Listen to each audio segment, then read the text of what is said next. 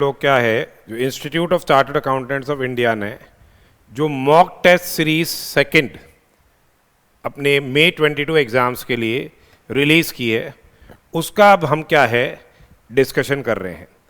तो अब जब मॉक टेस्ट पेपर 2 हमने देखा तो जो पहला जो क्वेश्चन है, पहला जो मल्टीपल चॉइस क्वेश्चन है वो सेम है।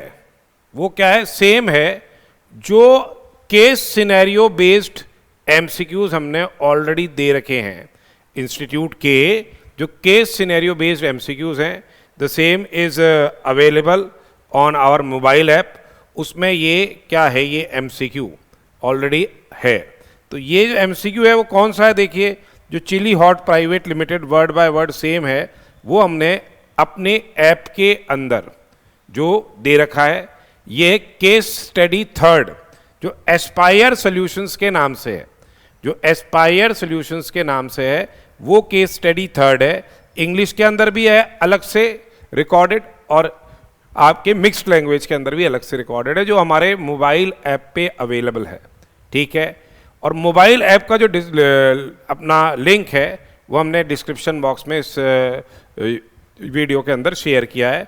और इसको मैं क्या कर रहा हूँ, ये अनलॉक कर दिया है मैंने। यानी अब हर बच्चा जिसने मोबाइल ऐप हमारी डाउनलोड की है bangersedu.com, जो कि गूगल प्ले स्टोर से और माई इंस्टीट्यूट करके आपके एप्पल के जो प्ले स्टोर है, ठीक है, वहाँ से क्या हो सकती है, ये इजीली डाउनलोड हो सकती है।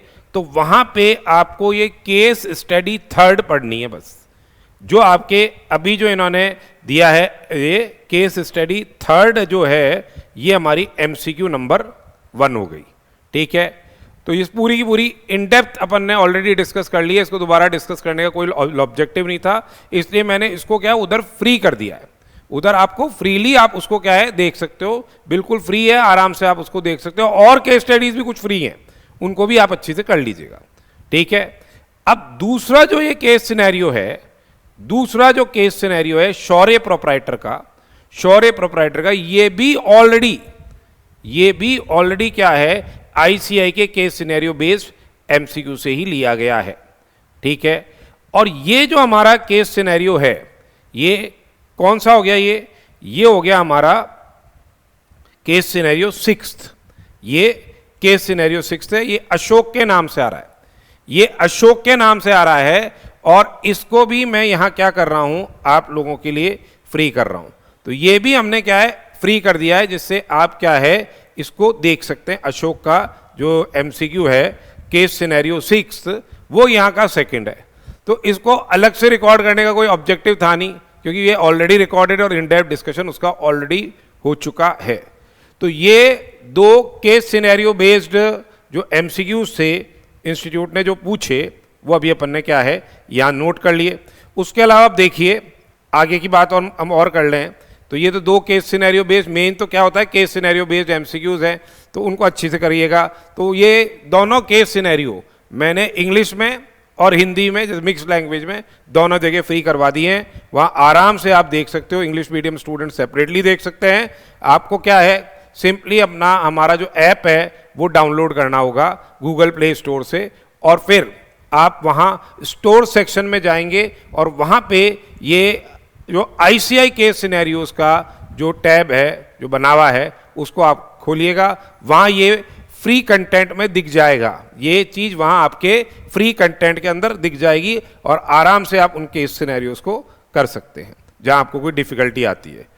अब देखिए नेक्स्ट, जो ये इंडिपेंडेंट वाले भी वैसे आए हुए हैं, तो एक बार अपने को देख लेते हैं कि which of the following statement is incorrect while issuing a tax invoice. कौन सा स्टेटमेंट क्या है, इनकरेक्ट है? तो देखिए, place of supply in case of interstate supply is not required to be mentioned. तो ये स्टेटमेंट इनकरेक्ट हो गया, क्योंकि क्या है, place of supply is mandatory to be mentioned in case of interstate supply. जब टैक्स इनवॉइस आप जारी कर रहे हो तो प्लेस ऑफ सप्लाई क्या है, आपको मैंडेटली मेंशन करनी है। तो ये स्टेटमेंट क्या हो गया आपका, ये स्टेटमेंट इनकरेक्ट हो गया। ठीक है, ये इनकरेक्ट है।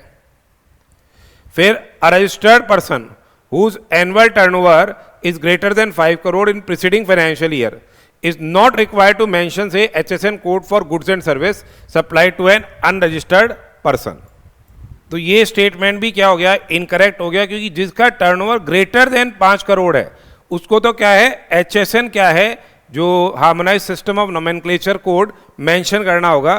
पर जो रजिस्टर्ड पर्सन जिसका aggregate turnover up to 5 crore है, अप टू 5 करोड़ है in previous financial year, may not mention क्या, 4 digit HSN code in a tax invoice issued by him और टू द अनरजिस्टर्ड पर्सन। तो ये स्टेटमेंट भी क्या हो गया, इनकरेक्ट हो गया। उसके बाद देखिए, quantity is not required to be mention in case of goods which are sold as on where basis, ये स्टेटमेंट भी फॉल्स है। And description of goods is not required to be given in case of mix supply, description mandatory है। तो ये चारों ही statement क्या हो गए, फॉल्स हो गए। Basically all the 4 statements are what, false in this particular case. तो आंसर इसका क्या हो जाएगा कि कौन सा स्टेटमेंट इनकरेक्ट है, यहाँ पे सारे ही स्टेटमेंट क्या हो गए हैं, आपके इनकरेक्ट हो गए हैं। 1 2 3 4 सारे के सारे स्टेटमेंट ही यहाँ इनकरेक्ट हैं। Then which of the following statement is incorrect, ये पूछ रहे कि कौन सा स्टेटमेंट इनकरेक्ट है इसमें। Services by an artist by way of performance in folk या classical art forms of music, dance और theatre as a brand ambassador. तो ब्रांड एम्बेसडर आते ही आप देख लीजिएगा जीएसटी लगना है, irrespective of the value of supply. तो अगर आपने क्या है, as a brand ambassador services दी है तो जीएसटी लगेगा। तो as a brand ambassador where consideration charge for such performance is not more than ₹1,50,000 is exempt. तो ये स्टेटमेंट क्या हो गया, ये स्टेटमेंट इनकरेक्ट हो गया। ये स्टेटमेंट क्या है, इनकरेक्ट हो गया, क्योंकि ब्रांड एम्बेसडर है, वहाँ कोई भी वैल्यू का आपको एग्जेम्पशन नहीं मिलेगा, आपको जीएसटी लगेगा ही लगेगा if you are acting as a brand ambassador, though you are what artist in and performing in folk और क्लासिकल आर्ट फॉर्म। तो अगर आप वाह ताज करेंगे, तबला बजाएंगे और as a brand ambassador act करेंगे तो आपको उस केस के अंदर क्या है, जीएसटी देना पड़ेगा। ठीक है, अब देखिए, services of life insurance business under life micro insurance product as approved by insurance regulatory development authority having a minimum amount of cover of ₹2 lakh is exempt. ये मिनिमम नहीं है, यहाँ एक्चुअली में क्या है, मैक्सिमम अमाउंट ऑफ कवर होना चाहिए। अगर maximum amount of cover 2 lakh रुपए तक का है तो एग्जेम्पशन है, minimum amount of cover 2 lakh का है तो ये गलत स्टेटमेंट हो गया। Basically maximum amount of cover आप एग्जेम्पशन वाले चैप्टर में पढ़ेंगे, तो maximum amount of cover is what, ₹2 lakh. तो ये लाइफ माइक्रो इंश्योरेंस पॉलिसी के रिलेशन में क्या दे रखा है, वहाँ एग्जेम्पशन दे रखा है। तो बेसिकली ये स्टेटमेंट भी आपका क्या हो गया, गलत हो गया। Then services by an acquiring bank to any person in relation to settlement of an amount up to ₹2,500 in a single transaction through credit card, debit card, charge card और other payment card services exempt। ये statement भी false हो गया, क्योंकि वहाँ 2,000 रुपये तक के ट्रांजैक्शंस हैं, उस पर जो सर्विस चार्जेस लगेंगे, अपन ने क्रेडिट कार्ड से या डेबिट कार्ड से परचेज करी, उसका सेटलमेंट किया जाएगा, तो उसके जो सर्विस चार्जेस हैं उसमें क्या है, जीएसटी को क्या कर रखा है, एग्जेम्प्ट कर रखा है। ये अपन ने फाइनेंशियल सर्विसेज में पढ़ा था, फाइनेंशियल सर्विसेज रिलेटेड एग्जेम्पशन में अपन ने ये पढ़ा था। तो वहाँ दे रखा है बेसिकली जो services by acquiring bank, services by acquiring bank to any person in relation to what से settlement of an amount up to ₹2,000 in a single transaction through what, credit card, debit card, charge card और other payment card services what exempt from GST. ठीक है, तो ये statement भी गलत है। फिर है services provided by GTA by way of transportation in a goods carriage of goods where gross amount charge for transportation of goods on a consignment transported in a single carriage, single carriage की बात कर रहे हैं, इस 22,500 is exempt. ये statement भी false हो गया, क्योंकि क्या है, वहाँ सिंगल कैरेज स्मॉल व्हीकल्स के लिए तो 1,500 रुपये का है और स्मॉल कंसाइनमेंट्स के लिए कितना का एग्जेम्पशन दे रखा है, 750 इन वैल्यू का एग्जेम्पशन दे रखा है। तो ये कैरी सिंगल कैरेज की बात कर रहे हैं, तो यहाँ 1,500 रुपये रहेगा, तो क्या रहेगा, एग्जेम्प्ट रहेगा। तो ये कह रहे हैं कि which of the following statement is incorrect. ये चारों स्टेटमेंट इस केस के अंदर क्या हो गए, इनकरेक्ट हो गए। All the 4 statements are what, incorrect in this case. ठीक है, फिर अब देखिए next, messrs Sohan is registered under GST, was the proprietor of messrs food paradise restaurant. He died and left behind his wife and son on 15 August. ठीक है, उसकी death हो गई और उसके बेटा है और उसकी पत्नी है। His son mister Rohan wants to continue the business of the deceased father. इसका सन क्या है, जो सक्सेसर है, he wants to carry on the business of the deceased father. The GST consultant of Measures Food Paradise Restaurant gives advice to Mr. Rohan as to how to he can continue the business of the deceased father. तो सीधी सी बात है, this will also be covered under the ambit of succession. और यहाँ पे क्या है, चूंकि pan based registration है जीएसटी में, इसको क्या है न्यूली अप्लाई करना पड़ेगा क्योंकि इसका पैन अलग होगा। और इसको क्या है जो as a successor of business ये क्या है खुद ही ITC 02 स्टेटमेंट क्या है फाइल करेगा, जिससे क्या है जो इनपुट टैक्स क्रेडिट अनयूटिलाइज रह गया है उसके फादर का, वो इसको क्या हो जाएगा ट्रांसफर कर दिया जाएगा। यही फाइल करके यही एक्सेप्ट करेगा इसको। तो देखिए विच of the following options is correct in according with the provisions of GST law. Mr. Rohan should apply for new registration under GST in the name of Food Paradise Restaurant under his own PAN, खुद के PAN पे apply करेगा, बिल्कुल सही है, with effect from the date of succession and file form GST ITC 02 for transfer of ITC to the new entity. So before closing the registration of the father, इनको क्या है वो ITC 02 के अंदर क्या है ये फाइल करना होगा और फिर ये अपने ही पोर्टल पे इनको जाके एक्सेप्ट करना पड़ेगा। ठीक है, तो ये स्टेटमेंट करेक्ट है। दूसरा देखिए, Rohan can authorize signatory can get the authorize signatory change by approaching to the proper officer and continue the same business. Death के बाद पैन डीएक्टिवेट हो जाता है, ठीक है, तो ये गलत है। Mister Rohan should close the old firm and start new business under a different name, ऐसी कोई रिक्वायरमेंट नहीं है। उसके अलावा देखिए, mister Rohan should do the business with his mother as a new proprietor of messrs food paradise and Rohan should act as manager. इसकी कोई logic नजर नहीं आ रहा है। तो फंडामेंटली क्या हो गया, पैन बेस्ड रजिस्ट्रेशन है तो फादर का तो रजिस्ट्रेशन कैंसिल होगा और इसका क्या है अफ्रेश अप्लाई करना पड़ेगा। ठीक है, अब देखिए नेक्स्ट है यामी limited. Yam limited sent certain goods abroad for repairs. Yami Limited sent certain goods abroad for repairs. Yami Limited is advised by their consultant that they will have to pay custom duty. They will have to pay, say, custom duty, basic custom duty, IGST and GST compensation cess only on the fair cost of repairs, cost of materials used in repairs, whether such costs are, say, actually incurred or not. Freight and insurance charges both ways on re-import of exported goods under notification number this, provided they fulfill the following conditions. तो अपन को अगर अपन ने कोई goods Bharat के बाहर भेजे हैं for the purpose of repairs और वो री इम्पोर्ट कर लिए जाते हैं within a period of 3 years from the date of their export, तो आपको क्या है एग्जेम्पशन दे दिया, आपको पूरी कस्टम ड्यूटी नहीं देनी पड़ेगी, आपको क्या देनी पड़ेगी आने जाने का फ्रेट, ठीक है, उसका इंश्योरेंस और जो भी फेयर कॉस्ट ऑफ रिपेयर्स है, भले से वो फ्री ऑफ चार्ज कर रहा हो आपके लिए repairs, fair cost of repairs उस वैल्यू पे आपको क्या है कस्टम ड्यूटी देनी पड़ेगी। तो यहां पे देखिए provided they fulfil the following conditions. First is what, the reimportation is done within इन 3 years ऑफ द एक्सपोर्ट और इफ एक्सटेंडेड टाइम विद इन 5 years ऑफ, ये सही है। फिर है दूसरा, the exported and reimported goods must remain same, that is totally correct, and the ownership of goods must not have changed. तो ये तीनों ही कंडीशंस वहां दे रखी है in the notification, therefore which of the above mentioned conditions are correct. तो here तीनों ही कंडीशंस जो हैं, तीनों ही कंडीशंस जो हैं क्या है करेक्ट है, तीनों ही कंडीशंस क्या हैं करेक्ट हैं।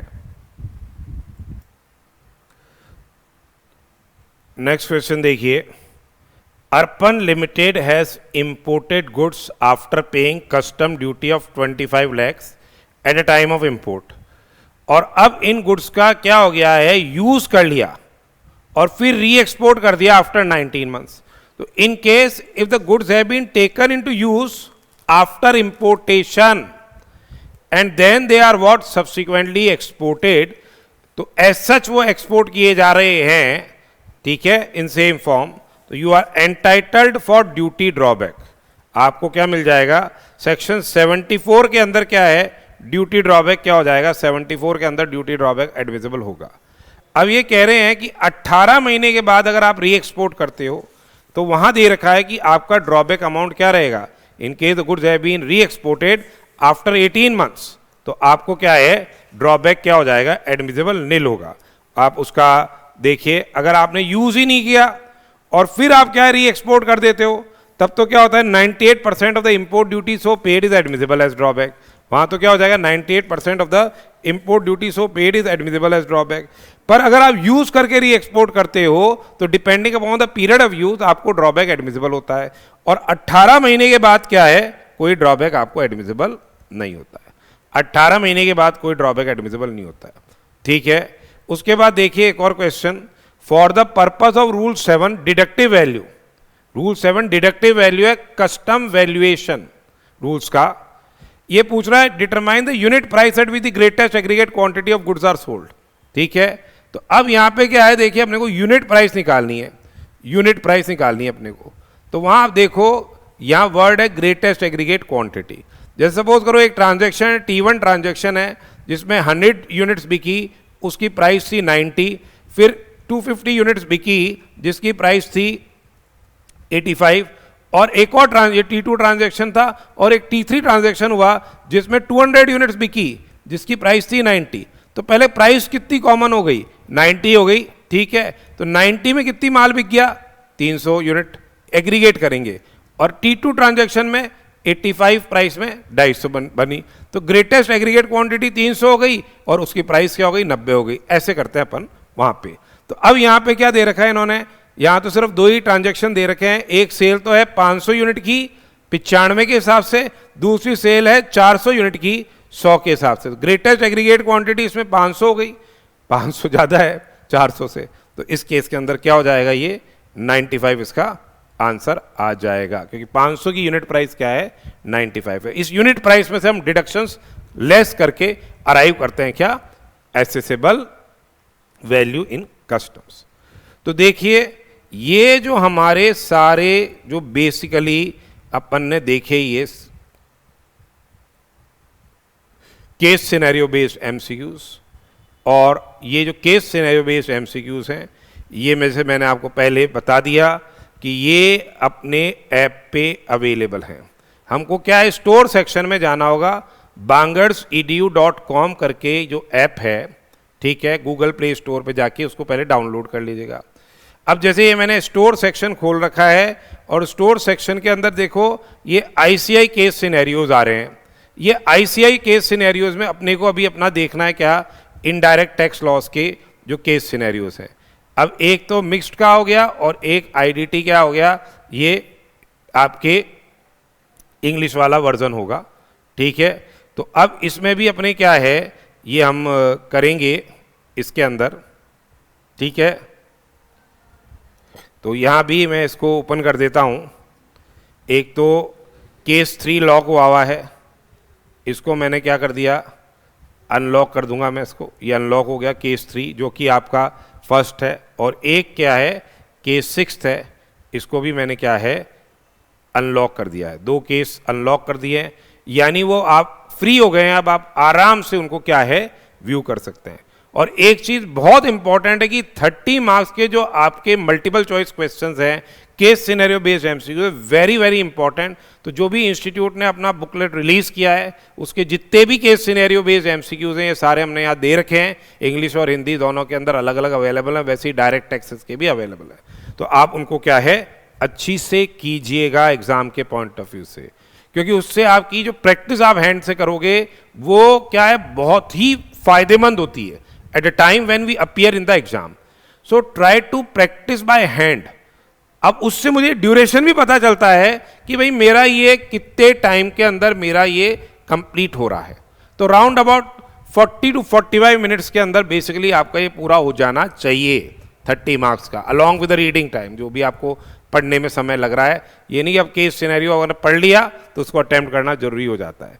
तो बेसिकली ये अगर आप सही से कर लेते हो तो definitely you can score exemption marks in the indirect tax laws paper. So all the best for exams. May hope your studies are going well और आप पूरी लगन से अच्छी से काम कर रहे होंगे। अच्छी से आप लिखिएगा, वर्किंग नोट्स प्रॉपर बनाइएगा। जो मेन कोर कैकोर क्वेश्चन है, जैसे पहला क्वेश्चन है, घबराने की जरूरत नहीं होती उसमें, क्योंकि जिस पॉइंट वाइज अपने को चलना है तो स्टेप वाइज मार्किंग होती है, और स्टेप वाइज अगर आप लिखते हैं तो जितने स्टेप्स आपके करेक्ट हैं, जितने आपके ट्रांजैक्शंस में जीएसटी लायबिलिटी आप निकाल रहे हो या जो भी आप कंप्यूटेशन कर रहे हो उसके अलग अलग मार्क्स क्या है एलोकेट किए जाते हैं। Working notes play a very very important role. Working note को आपको अच्छी से क्या है लिख के आना है, ठीक है, क्लियरली दिखना चाहिए कि ये मेरा वर्किंग नोट है, क्योंकि आधे मार्क्स क्या है वर्किंग नोट के अलॉट होते हैं। सो बेसिकली राइटिंग एबिलिटीज आपने इंप्रूव करो। सुनना बहुत इजी होता है, it's very easy to listen and understand the things, but when we write at the time of exam that is the main thing. So how you present your paper is very very important, and basically the presentation skills is increased, it improved basically when you have a habit of what? Writing. So you make sure that in each and every subject you have to write basically in a say separate register, make a separate register for the same, and try to practice by hand. Then only the eve of exam, when you're writing the exam, you'll be feeling much more, convenience there, focus there, and you will definitely have say a edge or those persons who are straight away going in the exam and writing there. So all the best for your exams, and work hard and pass the exam with the flying colors and become chartered accountant. All the best for you.